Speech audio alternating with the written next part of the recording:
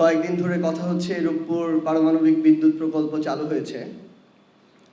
এটা আমরা জানি যে রাশিয়ার প্রতিষ্ঠান রোসাটম তাদের তত্ত্বাবধানে এটি হয়েছে এবং এটার জন্য রাশিয়া থেকে ঋণ সহায়তা হিসেবে এই প্রজেক্টের যে অর্থ সেটা নেওয়া হয়েছে ঋণ সহায়তা, যার পরিমাণ প্রায় 1,20,000 কোটি টাকা।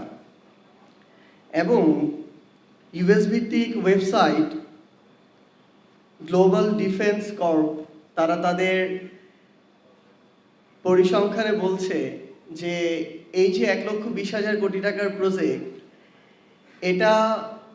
এই প্রজেক্টটা করতে টিউলিপ সিদ্দিকীকে সামনে রেখে, একজন নেগোশিয়েটর হিসেবে রেখে, টিউলিপ সিদ্দিকী, শেখ রেহানা, সজীব ওয়াজেদ জয় এবং শেখ হাসিনা, এই সিন্ডিকেট শুধু একটা প্রজেক্ট থেকে 50,000 কোটি টাকা কমিশন নিয়েছে, যেগুলো মালয়েশিয়ার বিভিন্ন ব্যাংকের মাধ্যমে বিদেশে বিভিন্নভাবে পাচার করে নেওয়া হয়েছে।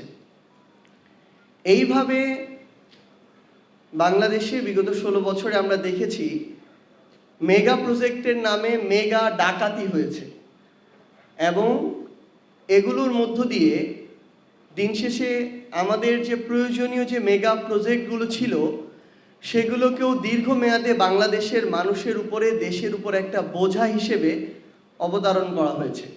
আমরা আদানি নিয়ে একটা বিশাল আলোচনা আমরা দেখেছি কিছুদিন আগে, কয়েক বছর আগে, যাকে নরেন্দ্র মোদীর কেশিয়ার বলা হয়। তো আমরা দেখলাম যে আদানির সাথে বাংলাদেশের একটা চুক্তি হলো।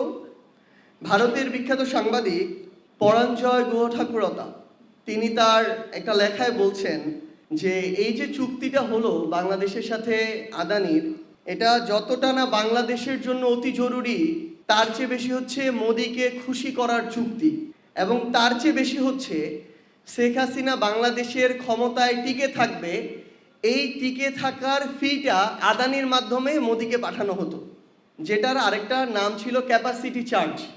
আপনি তার বিদ্যুৎ ক্রয় করেন আর না করেন, প্রতি বছর আপনাকে $450 মিলিয়ন তাকে আপনার ক্যাপাসিটি চার্জ দিতে হতো।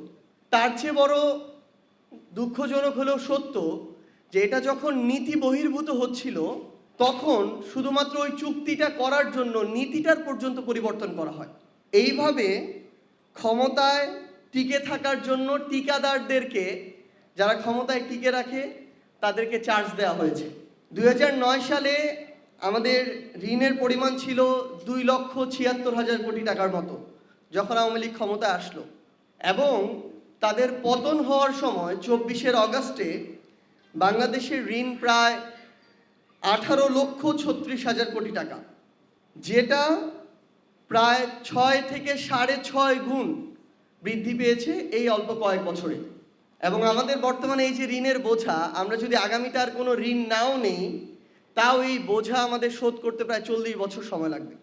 এবং বাংলাদেশে একটা সদ্য জন্ম নেওয়া শিশু, তার মাথায়ও প্রায় 1.5 লক্ষ টাকার ঋণ চাপিয়ে দেওয়া হয়েছে। আমাদের বিগত 16-17 বছরের এই ফ্যাসিস্ট রেজিম তাদের সময়ে পাচার করেছে প্রায় 11 লক্ষ কোটি টাকা, যেটা দিয়ে 35-40টা পদ্মা সেতু নিমিষেই বানানো যেত। যেই পদ্মা সেতু নিয়ে এত গৌরব, সেখানেও প্রায় 30-40% টাকা তারা লুটপাট করেছে। আমরা দেখলাম সেই শেখ হাসিনা গর্বের সাথে নির্লজ্জভাবে বলছে যে তার পিয়নেরই প্রায় 400 কোটি টাকা আছে। অর্থাৎ একজন পিয়ন কতটা লুটপাট করলে সে 400 কোটি টাকার মালিক হতে পারে। তাদের ভূমিমন্ত্রী সাইফুজ্জামান, তার শুধু লন্ডনে বাড়ি ছিল 360টা। মানে আমি শুধু এই কথাটা বলি যে তার শরীরে হাড় 206টা, মৃত্যুর পর এক একটা হাড়কে, তার এক একটা বাড়িকে যদি এক একটা কবর মনে করে এক এক জায়গায় রাখা হয়, তাও অনেক বাড়ি বেঁচে যাবে। তো বাড়ি খেকো এরকম অসংখ্য তাদের মন্ত্রী ছিল, যেখানে এই এক মন্ত্রী সাইফুজ্জামানই প্রায় 10,000 কোটি টাকা পাচার করেছে। যে এক সালমান এফ রহমান প্রায় 7টা ব্যাংক থেকে 36,000 কোটি টাকা লুটপাট করেছে। এবং শেখ হাসিনার পরে 3-4টা মানুষ মিলে শেখ হাসিনার 3-4টা হাত হিসেবে পুরো বাংলাদেশকে এভাবে নিয়ন্ত্রণ করতো, লুটপাট করতো। যেটা এখন হয়েছে, বর্তমান সরকার থেকে শুরু করে টকশো টেবিল প্রত্যেকটা জায়গায় সমালোচনা এখন বিএনপির জায়গা থেকে যখন আমরা শুনি, তখন অন্তর্বর্তীকালীন সরকারের সবচেয়ে বেশি শুনি এবং সেখানে সমন্বয়কদেরকে টেনে নিয়ে আসা হয়। আমরা আমাদের জায়গা থেকে বর্তমান সরকারের সমালোচনাগুলো করি যে আমাদের যখন যৌক্তিক হোক অযৌক্তিক হোক তর্কটা যখন নিজেদের মধ্যে চলে আসে, তারা তখন দর্শক সারিতে বসে যারা এতদিন এই লুটপাটগুলো করেছে আরামায়েশ করে আর আমাদেরকে দেখে মজা নেয়। আমরা আহ্বান করব আমাদের জায়গা থেকে, জাতীয় নাগরিক পার্টি এনসিপির পক্ষ থেকে, বর্তমানে সরকারে বিএনপি রয়েছে, তাদের সংখ্যাগরিষ্ঠতা, তাদের পথ সম্পর্কে আমাদেরকে বিব্রত করছে, বাংলাদেশের মানুষকে বিব্রত করছে। আমরা তাদেরকে আহ্বান করব যে বাংলাদেশে যেন আগামীতে আর মেগা প্রকল্পের নামে মেগা ডাকাতি না হয়। বাংলাদেশে যেন আপনারা কিংবা অন্য যে কেউ ক্ষমতায় টিকে থাকার জন্য কোনো ঠিকাদারকে যেন কোনো ধরনের ক্যাপাসিটি চার্জ দিতে না হয়। বাংলাদেশে যেন ঋণ খেলাপি নামক ব্যবসা আর শুরু না হয়। বাংলাদেশে যেন পাচার নামক লুটপাট আর না হয়। যে বাংলাদেশের যতটুকু রাজস্ব প্রয়োজন তার ধারে কাছেও যখন হয় না, তখন সরকারকে 2 মাস যেতে না যেতেই 50,000 কোটি টাকা ঋণ নিতে হয়। তো আমরা আমাদের জায়গা থেকে দিন শেষে আহ্বান করব যে আমাদের এই সামগ্রিক একটা সংস্কার দরকার।